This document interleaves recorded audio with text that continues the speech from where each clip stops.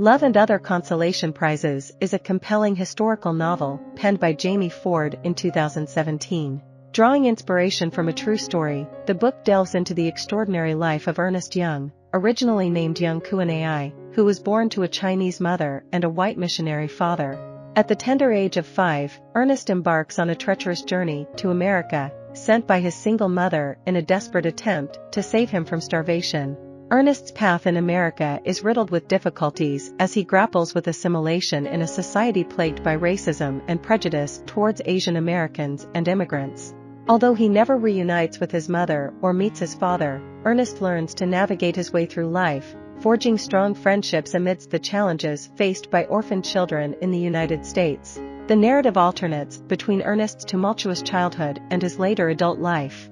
Born in rural China during the early 20th century, Ernest's early memories are overshadowed by the tragic event of his mother suffocating his infant sister to spare the family from certain death and the shame associated with single motherhood in Chinese culture. This traumatic experience fosters Ernest's deep empathy for the struggles faced by women in a male-dominated society, a sentiment that continues to shape his adulthood.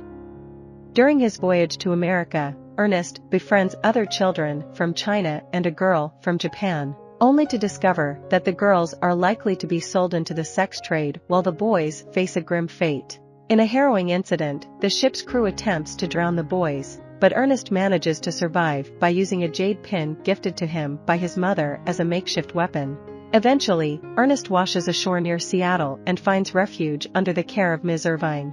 However, her seemingly benevolent intentions quickly fade as she attempts to auction him off in a raffle at Seattle's inaugural World Fair. It is Madam Flora, a wealthy brothel owner, who ultimately claims him as her own. Ernest finds himself settling into the Tenderloin, a brothel owned by Madam Flora, where he is provided shelter and care in exchange for his assistance around the establishment.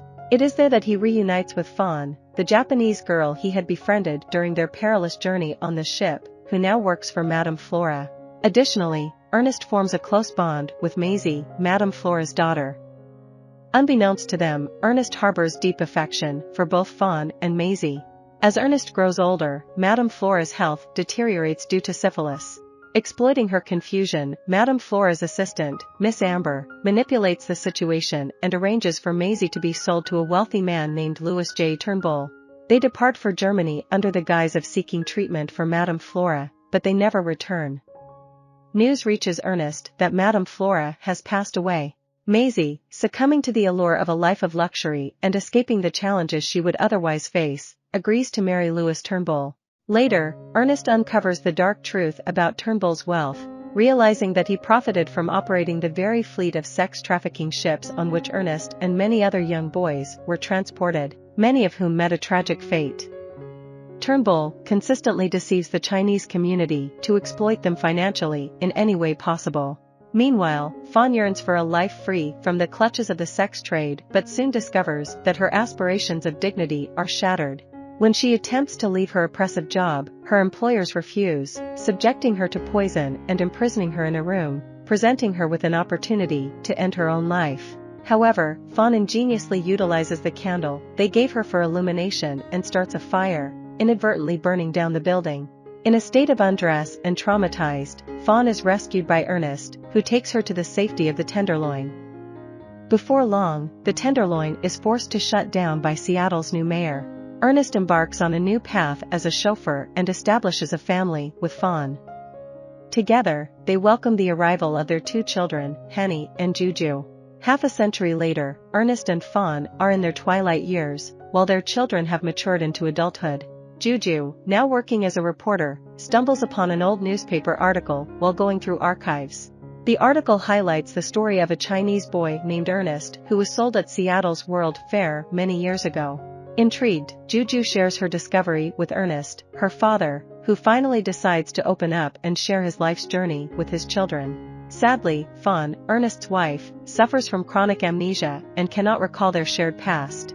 Despite the heartache, Ernest courageously recounts his experiences to his children, hoping to provide them with a deeper understanding of their family history. Meanwhile, Henny, working as a showgirl in Las Vegas, is engaged to a wealthy man named Rich. Unexpectedly, Fawn's memory starts to improve, and during their first encounter, she casually reveals to Rich that she used to work as a prostitute, shocking not only her children but also Rich himself. As the novel reaches its climax, Fawn mysteriously disappears, leaving behind a note for Ernest instructing him to meet her at Seattle's iconic Space Needle. To his surprise, Ernest finds Maisie waiting there instead of Fawn. It dawns on Ernest that Fawn believed he would have preferred to be with Maisie all along. Determined to find Fawn, Ernest searches the Japanese village and finally locates her. Overwhelmed with emotions, Ernest proposes to Fawn, reaffirming his unwavering love and devotion.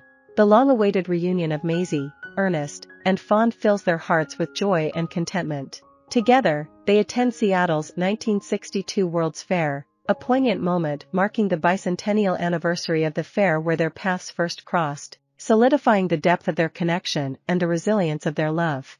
I hope you enjoyed this video. Leave a like if you did and be sure to subscribe. Thank you.